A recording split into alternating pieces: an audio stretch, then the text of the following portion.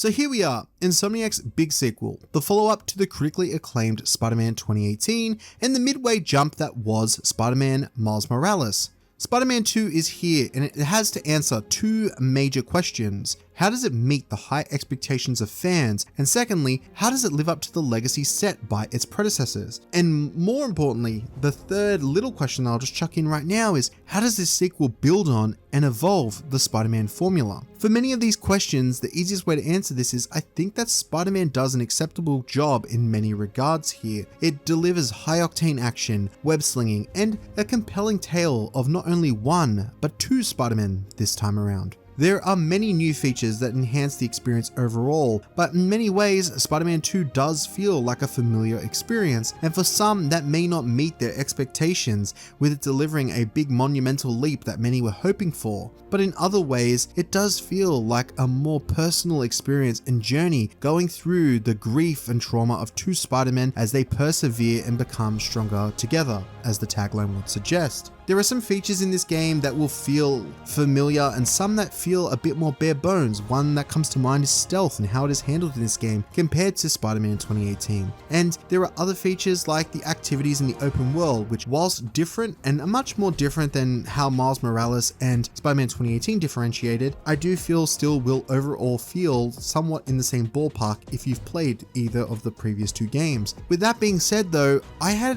a great time playing Spider-Man 2, and overall I think this is an exceptional game and a really fun one to play through. And if you're a fan of Spider-Man, overall you will have a great time here. It told a really enjoyable and compelling story and really did get into the DNA of Spider-Man, much like how its first one did. Whether or not it'll top the highs of 2018 are up to you to decide, but I think that this was a great entry overall, and despite some low points on the gameplay front, I do think that this is one worth checking out and playing, and I'm happy to tell you why in this video. So let's get into it.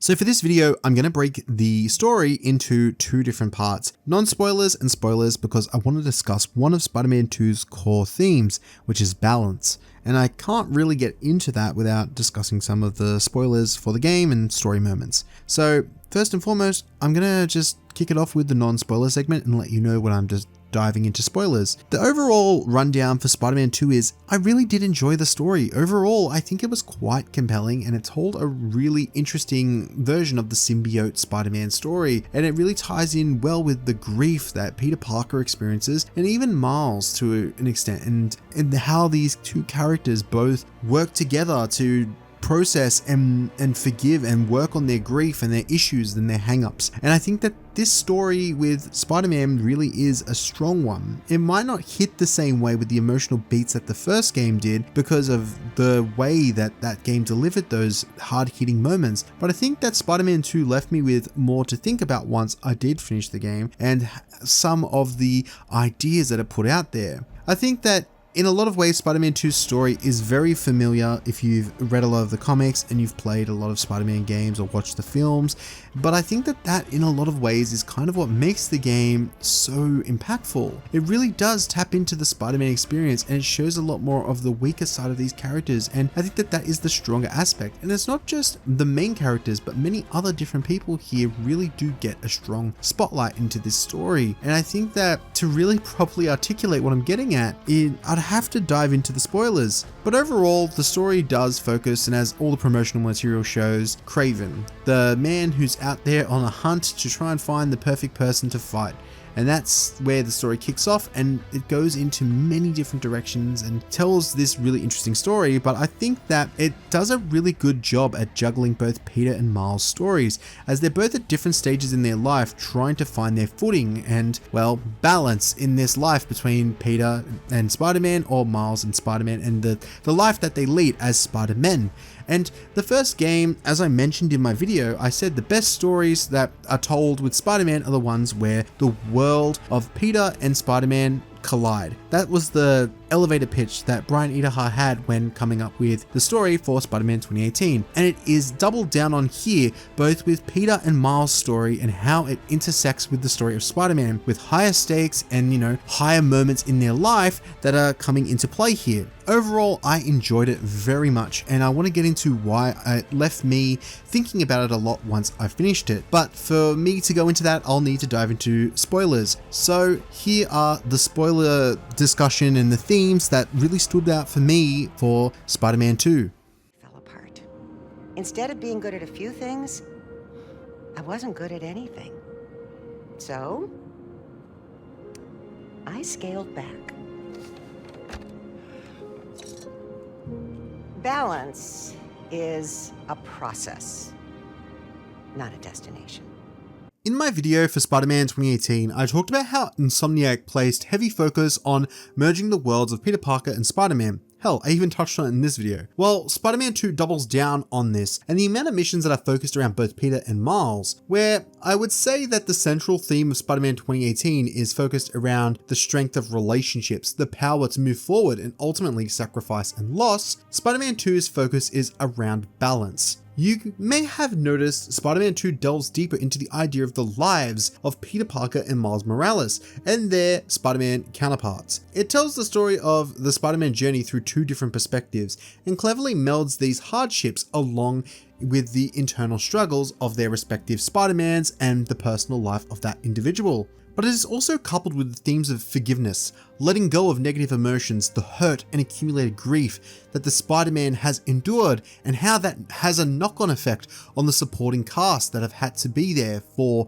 this particular character throughout. For Peter, it is an emotional grief of losing Aunt May, the big reveal at the end of Spider-Man 2018, never being able to process this loss, having to carry forward, move on with his life and building that life with MJ, and also carrying the weight of being a Spider-Man. Not only that, but also the betrayal of his mentor and fellow scientist Otto, and this current predicament that Peter finds himself in, where he is unable to find work, pay the bills, uphold this life as Peter Parker. He seems to be this person who has gone so far but feels so stuck and is at a crossroad where they don't know the way ahead. Inertia is how Peter Parker feels, not being able to move forward, and it comes with a level of confliction, him feeling like he's not good enough, not being able to protect the people he cares for or do anything, and this bleeds into his life as Spider-Man. These things become more complicated for Peter as him and MJ are reunited with their childhood friend Harry, who had recently come back onto the scene after fighting a life-threatening illness, which was the cause of the death for Harry's mother, which is a reveal in the first game. To understand Peter's position and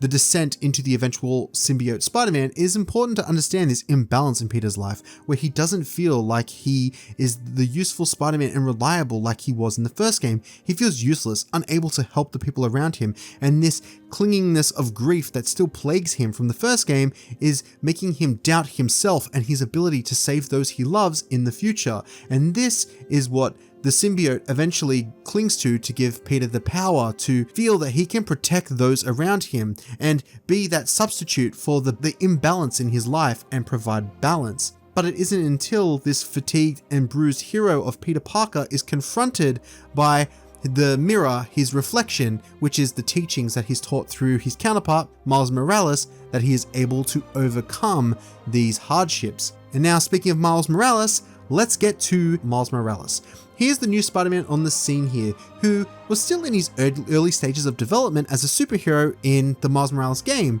and he is a real interesting case here in Spider-Man 2. As much like Peter, he has experienced his own share of grief and loss, losing someone he loves, that being his father in the first game. Miles also knows the person responsible for this loss that he is suffering through, and throughout the experience, similar to Peter, he holds resentment and animosity for that loss. He feels a genuine sense of hatred towards Martin Lee, wanting to kill him. But it isn't until he has confronted Martin Lee and seen this change and decides not to kill Lee that he understands that this is the only way to move forward and, well, get the tagline of the game, be greater, is to let go of that hatred, that animosity, and share forgiveness instead and show empathy and move forward in that way. And this journey of Miles really does intersect in a great way with Peter's journey, because where they both kind of meet, it is the teachings that Peter has bestowed onto Miles,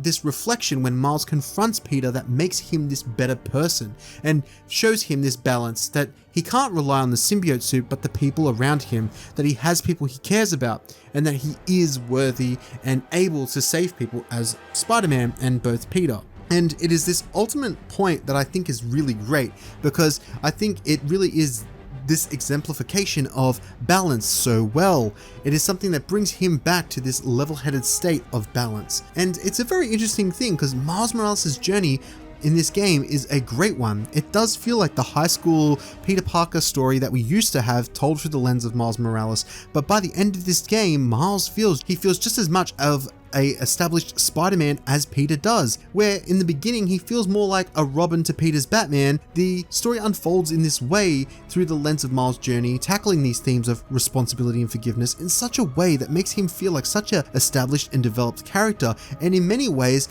does help to also bounce off and develop Peter's character in a new way that we kind of have seen before, but told very differently. The tagline for Spider-Man 2 was "Be greater together," and it isn't until you get to the end of this game that you really start to see that motto take full force. And the way that this game tackles that and its conclusion really does exemplify this theme and this idea of relationships, that not just one Spider-Man but two are needed to take on and save this city. You can't go it alone, and that there also needs to be a balance between the lives of Miles Morales and Spider-Man, and Peter Parker more importantly and Spider-Man, as Peter is a bruised person needing to heal, needing to find that balance. And it isn't until the end of this game that both of these characters feel like they are starting to tip the scales in a way that really starts to balance things out for both of them. And it'll be interesting to see how this theme plays going into the eventual Spider-Man 3, because it'll be a great conclusion to this trilogy, and I'm really looking forward to understanding and seeing where it goes.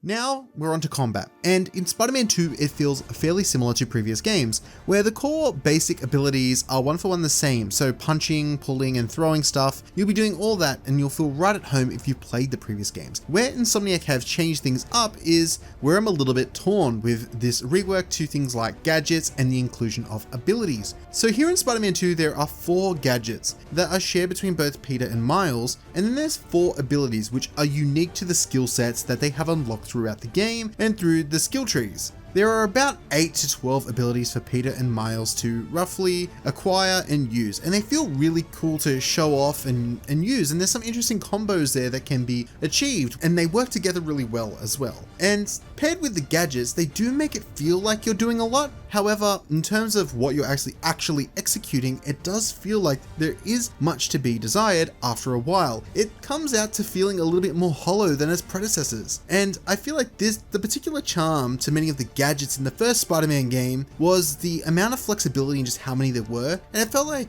the way they interact with the environment, and you can just glue enemies to the wall, or you can have a trip mine, and it kind of can even work with the stealth aspects of the game, really do feel like they're a bit more absent here given how much they've kind of phoned things in. The combat really did feel a lot more tactical in Spider-Man 2018, and here in those stealth segments of the game for Spider-Man 2, you can really feel like a lot of that has been lost. Spider-Man 2's combat does come with a few new mechanics that do change up the combat from its predecessors and do introduce an element that I overall enjoyed, and that is the use of these timed windows for dodging and parrying different enemy attacks. They do give you like a signal and a cue, and it follows that kind of mechanic that's found in many common games. I was going to say like Sekiro, but it's in like tons of games. That one where it kind of informs you that they're about to attack and to dodge, like a little window notification. And I think it fits well into Spider-Man here, given the Spidey senses and stuff like that. I do welcome this change, and I feel like it is something that fits really well for both Peter and Miles and their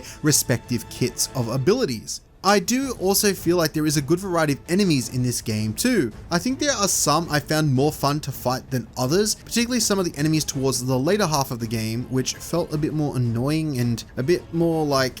of a nuisance to fight than fun challenges. I felt like the overall variety of enemies here was great, and it leads to many of the boss encounters here also feeling incredible. Maybe it was just me, but I overall felt that the boss encounters in Spider-Man 2 were a lot more challenging than they were in the first game. I think it's because many of these new introduced features like parrying and dodging became a lot more prominent and at the forefront to test the player's skills in these combat encounters, and they really would call upon how you utilize the more tailored gadgets and abilities of both Peter and Miles. But as I mentioned earlier, there are some shortcomings to these different and new introduced mechanics and features, and I feel like where this game suffers the most is in those stealth sequences and the abilities to actually take out your enemies quietly. It feels like Spider-Man 2018, you could use many different gadgets to take down enemies and in a more clever way, and it feels like the situations were a lot more adaptable. Here in Spider-Man 2, you have this thing called the web line, which is awesome because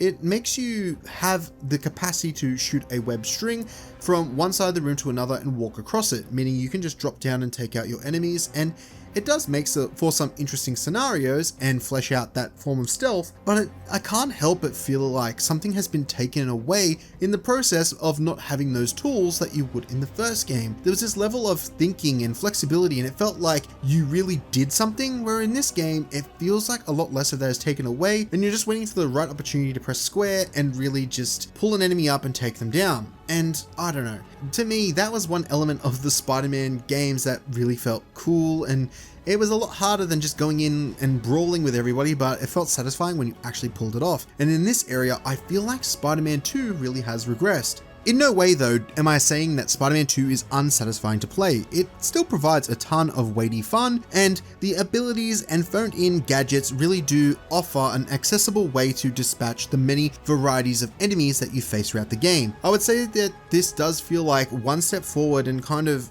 a step back in many ways, and it feels like there are some pros but also some cons here with this gameplay. It is undoubtedly still fun, but it feels like it's lacking in some areas, and it doesn't feel like as big of a jump as some may want it to be. And I can really, on the gameplay front, understand that, because I do feel like this does feel like the first game had this layer of flexibility which provided a level of depth, and I feel like that has kind of become a bit more stripped out in this game due to the fact that you now only have really 4 abilities that you can equip at a time, and the pool of active abilities that you can mix and match aren't nearly as large as they were in the first game, with suit abilities which were also no longer acquirable, and on top of that, the level of stealth and different gadgets and the way that they can interact in the world that makes the combos that you pull off feel a bit more like you've earned them. Overall though, Spider-Man 2 is a fun game to play through, and it has satisfying boss encounters and a combat system that, whilst it may not be my favorite, is still satisfying to play with.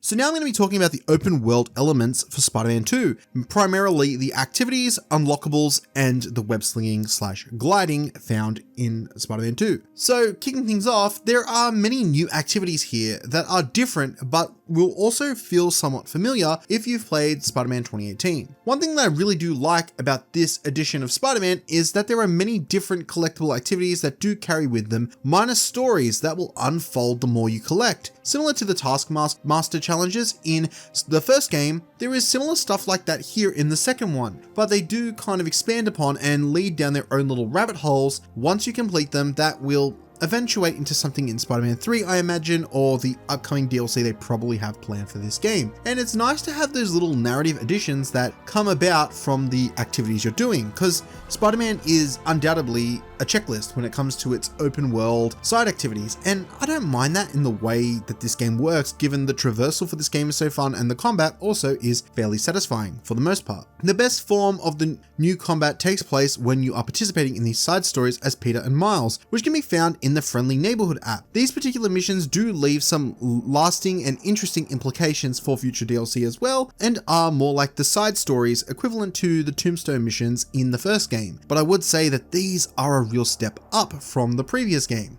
But overall, I do feel like the comments and criticisms that Spider-Man 2's activities are on the safe side and retreading old ground is somewhat fair. And I feel like it does feel like Spider-Man 2 is a mixture of additions from Miles Morales and Spider-Man 2018 with very little changes. Personally, I don't think that is a bad thing, but at the same time, it does feel like it loses a bit of that wow factor in terms of majority of its content feeling like something we've done before. I think that when Spider-Man 2 is laying out any of its story elements, it is doing a phenomenal job, but I think that some of the checklist stuff could do with a bit of a refresh. But overall, I do think that for what it's worth and how long it takes you to do, it is still an enjoyable thing to participate in, and given that the web swinging is just still as fun as it was in the first game, I don't think that it will turn off any players who were interested and enjoyed the first two games. But if you are looking for that big jump or something new that's going to innovate that formula, then I think you might be a little disappointed. Another aspect of Spider-Man 2, which I'm still a little mixed on how I feel about this, and I still feel like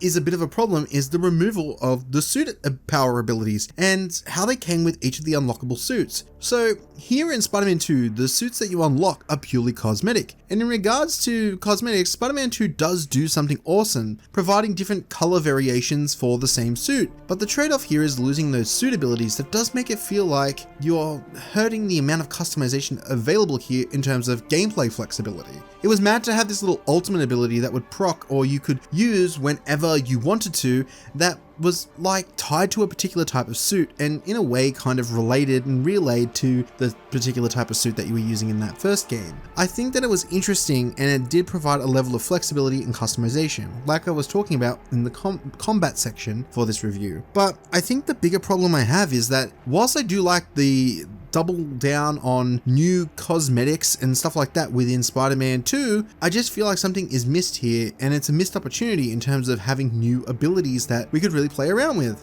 As I mentioned earlier, there is these new abilities that are their own set of 4 different abilities that you can use for both Peter and Miles, and these are supposed to be the stand-in and the thing that will fill in for these suit abilities that we had in the first game. But like I said, it does feel a lot more stripped back, and in some ways it is more accessible, especially for newcomers or people who just play the odd game here or there, but at the same time it just feels a bit hollow in terms of what the previous game offered, and these abilities being a stand-in for the suit abilities really just feels like, whilst it does offer some more interesting and flashy abilities, does feel like a step back. I mean, you can mix and match some different abilities here, but I don't feel like it drastically alters the flow of combat in any real way. However, over to the course of how the campaign, you'll unlock these different abilities and how they stem from the missions that you'll do and the stuff that unfolds there, they do provide a good variation of movesets. And I think swapping between these two different modes and suit abilities can provide an effective means against different enemy types you'll face, with some of these abilities being more effective against